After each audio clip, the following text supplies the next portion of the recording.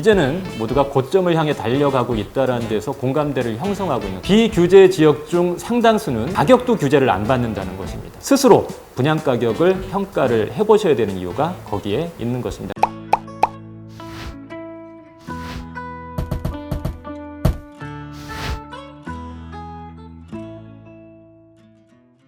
자, 이제 그 에피타이저도 먹어보고 또 메인 디시까지 양이 많기는 해도 수월하게 소화를 시킨 것 같은 그런 느낌이 드는데요. 디저트 먹으면서 뭔가 좀 색다른 화제로 좀 전환을 해볼 필요가 있을 것 같습니다. 네. 또 이제 그분이 등장하실 타이밍입니다. 네. 삼촌! 네. 디저트는 뭐 어떻게 되나요? 자, 오늘의 디저트 미션이 있습니다. 미션. 네. 힐스테이트 몬테로이에 대한 우리 시청자분들의 궁금증 3가지를 풀어주셔야 됩니다. 세 가지나. 네, 3가지.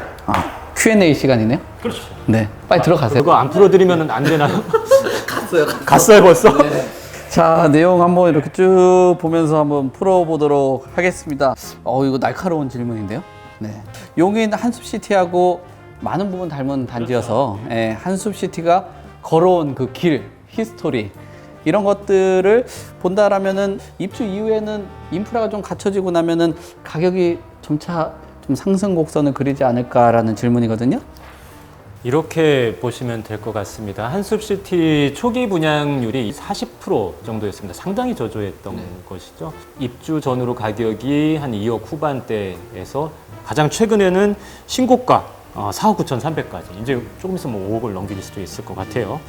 근데 이렇게 가격이 올라가고 있는 모습을 보면서 힐스테이트 몬테로이도 용인 한숲시티들 이제 과거에 저랬는데 지금 뭐 주변 인프라도 안 좋고 교통도 안 좋고 해도 그래도 그냥 받아 놓으면 뭐 어떻게 됐든 간에 비비고 있다 보면 해결되지 않을까 뭐 이런 생각을 하시는 경우도 있는 것 같습니다. 근데 상황이 비교할 수 없을 정도로 많이 다른 것이죠. 한숲시티는 그 미분양이 나면서 뭐 마이너스 P로 거래가 되기도 했었고 고통스러운 시간을 모두 견뎌오면서 거의 이제 5억을 바라보는 시세까지 이제 올라온 것인데 회복할 수 있었던 배경이 있었죠. 2015년부터 분양을 최초로 개시했던 그 시기에서 또 입주 시점 2018년도 그리고 현 시점 부동산 시세가 침체기에서 상승기로 올라가고 있었던 좋은 흐름을 탔던 것이죠. 파도 타기를 잘한 것입니다. 반대로 힐스테이트 몬테로이가 분양을 예고하고 있는 현 시점은 송 대표님도 앞에서 말씀하셨던 것처럼 각계각층의 모든 전문가들과 기관이 이제는 모두가 고점을 향해 달려가고 있다는 데서 공감대를 형성하고 있는 그런 시점인 것이죠.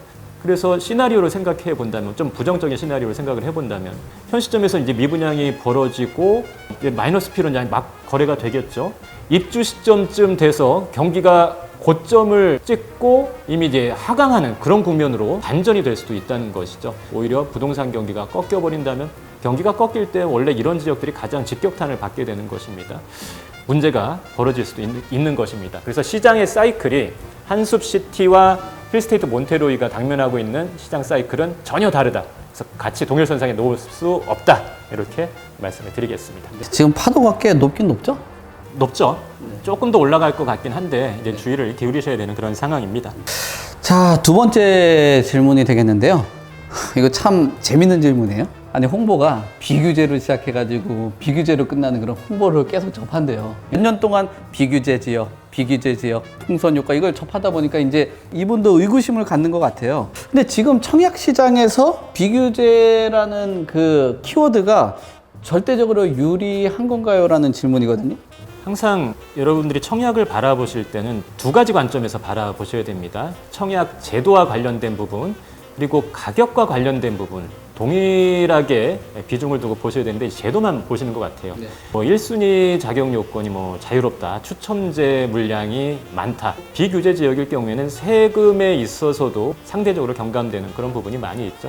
그래서 이 비규제 지역 청약 제도에 있어서의 그야말로 자유로운 부분, 장점에 대해서는 이미 광고에서는 많이 보셨을 테니까 제가 추가로 언급은 하지는 않겠습니다. 근데 문제는 뭐냐면 비규제 지역 중 상당수는 가격도 규제를 안 받는다는 것입니다. 이 점을 다들 놓치고 계신 거예요. 이 점을. 조정 대상 지역이나 투기과열 지구는 둘 중에 하나가 적용이 됩니다. 분양가 상한제를 적용을 받던가 고분양가 심사 기준에 의한 고분양가 심사를 받던가 분양가 통제를 받고 있는 것이죠. 근데 상당수의 비규제 지역은 이러한 가격 통제를 받지 않습니다. 힐스테이트 몬테로이가 대표적인 이러한 사례인 것이죠. 제도도 자유롭지만 가격도 자유로울 것입니다. 여러분들이 알아서 스스로 분양 가격을 평가를 해보셔야 되는 이유가 거기에 있는 것입니다. 그리고 남아있는 다른 여타의 비규제 지역 분양 가격도 보수적인 관점에서 스스로 평가를 해보셔야 되는 이유가 또 여기에 있는 것입니다. 그 말씀 들어보니까 사업주에게 좀 유리한 그런 시장이네요. 그렇죠. 상대적으로 규제를 받고 있지 않은 수도권 지역은 건설사 맘먹기 나름인 것이죠. 그래서 주의를 기울이셔야 되는 것입니다, 여러분들이. 알겠습니다. 자, 세 번째 질문 한번 물어볼게요. 용인시 처인구에 조성이 되는 반도체 클러스터 시설들이 좀 들어온다라고 하면은 좀 긍정적인 효과를 지역에 끼치지 않을까. 특히나 힐스테이트 몬테로이의 가격, 특히 이 부분에도 긍정적인 영향을 미칠 것이라는 시각도 있는데 그거에 대해서는 어떻게 생각하는지 질문이네요. 이 부분은 그러니까 절반은 맞고 이제 절반은 틀린 이야기가 되겠습니다. 용인시 전체를 놓고 봤을 때 기흥 수지 쪽, 그러니까 서쪽에 위치해 있는 곳들은 상대적으로 개발이 훨씬 더 많이 진행이 됐고 처인구는 좀 소외되어 있다라고 할 정도로 다양한 개발이 더뎠던 것이 사실입니다. 특히 경제적인 부가가치를 만들어낼 수 있는 산업시설들 굉장히 이제 부족했던 것이죠. 이 와중에 SK를 주축으로 반도체 클러스터가 조성이 되는 거 상당히 뭐 처인구 입장에서는 긍정적인 부분인 것은 확실합니다. 근데 여러분들이 좀 면밀하게 들여다보셔야 될 것이 뭐 비교해서 말씀드리면 이해가 쉬울 것 같습니다. 전 국민이 다 알고 있는 강남의 굵직한 개발 계획 중에 계획이 아니죠. 이미 진행을 하고 있으니까 공사를 한전부지 개발을 하고 있지 않습니까? 국제교류 복합지구를 삼성동을 중심으로 만들고 있습니다. 근데 서울에 살고 계신 분이 삼성동에 국제교류 복합지구 조성하니까 나 강서구 화곡동 가서 아파트 투자할 거야. 이런 분은 안 계실 겁니다. 그 거리가 22km 떨어져 있습니다. 약 23km, 22km. 여기가 그 정도 거리인가 보군요. 그렇죠. 눈치채셨죠? 네. 그러니까 힐스테이트 몬테로이 단지 그 지점으로부터 반도체 클러스터가 조성되는 곳까지 약 22km가 떨어져 있습니다. 지리적으로 너무 멀어요. 처인구가 그만큼 규모가 큰 것이죠. 북단부터 남단까지 직선으로 거의 한 30km 정도 되는 곳이에요. 그래서 지리적으로 너무나 멀리 떨어져 있기 때문에 반도체 클러스터 조성에 긍정적인 영향을 힐스테이트 몬테로이에 갖다 붙이는 것은 광고에서는 가능한 일이다라고 정리를 할 수가 있겠습니다. 너무 멀리 있는 거 땡겼다. 강서구 화곡동에 아파트를 사셔야 됩니다. 자, 마지막으로 그래도 뭐 저희가 단점은 지적은 했지만 그렇죠. 뭐 저희가 이 사업장이 실패하라고 얘기하는 건 아니니까. 그리고 또 청약을 검토하시는 분들에게도 뭐 재현이 되는 그런 얘기들을 한다면은 도움이 되지 않을까 생각하거든요. 말씀드렸던 것처럼 비규제가 무조건 정답이다라는 이 고정관념, 잘못된 고정관념에서 일단 탈피를 하셔야 되겠습니다. 지금부터는 아닙니다. 시장 상황이.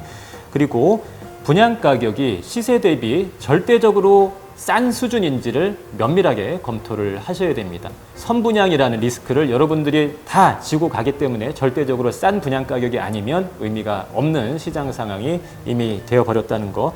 그래서 그렇게 이제 보수적으로 평가를 해보신 다음에 별로 메리트가 없다라는 판단이 드시면 대안이 상당히 많이 있습니다. 처인구 에버라인 인근의 아파트들, 기존 아파트들, 그리고 용인 한숲시티, 자연환경 좋아하시는 분이라면 한숲시티를 바로 매수하시는 것도 좋은 방법입니다. 그리고 조금 더 자금력이 되시는 분들은 경강선 인근의 구축, 매매도 좀 적극적으로 검토를 해보시고 면밀하게 비교해서 결정을 하시면 되겠습니다. 그리고 이제 비규제 지역이다 보니까 이제 분양권 매매도 가능은 할 것입니다. 근데 웬만하면 좀 이런 거 안 하셨으면 좋겠습니다. 법적으로는 가능하지만 이러한 행위 자체가 지금 이 무주택 실수요자가 어려움을 겪고 있는 이 시장에서 시장 교란 행위의 효과를 나타내는 것은 어쩔 수가 없거든요. 잘못 이런 거 시도하시다가 힐스테이트 몬테로이에서 발목 잡힐 수 있습니다. 그러니까 안 하시는 게 좋겠습니다. 네. 이렇게 단기 분양권 자꾸 하면서 흔든다고 그러죠? 예. 흔들다 보면은 거품 생기잖아요? 제일 짜증나는 행위들 중에 하나예요. 네. 짜증나요? 날씨 더워서 그런 것 같은데 지금. 날씨도 좀 덥고 처인구는 뭐 얘기 들어보니까 주택 개발보다도 어떻게 보면은 경강선 연장 사업, 어떤 뭐 문화관광, 복합밸리 뭐 이런 그렇죠. 것도 좀 조성한다든지 기반 시설이 확대가 된 다음에 주택 개발을 하는 게 수요자들에게도 좀 긍정적일 것 같고 그런 생각을 맞습니다. 가지면서 좀 정리를 해볼 필요가 있을 것 같습니다. 마무리 하고 싶으신 얘기 없으시면 정리해도 될까요? 예, 지금 송 대표님께서 뭐 잘 말씀을 해 주셨어요. 그러니까 다시 한번 뭐 강조하자면은 네, 그만하고 더우니까 끝내죠. 그럴까요? 알겠습니다. 더워요 지금. 다음에 또 해요. 다음에 쓰지 마 너무. 네. 알겠습니다. 그날이 올 때까지.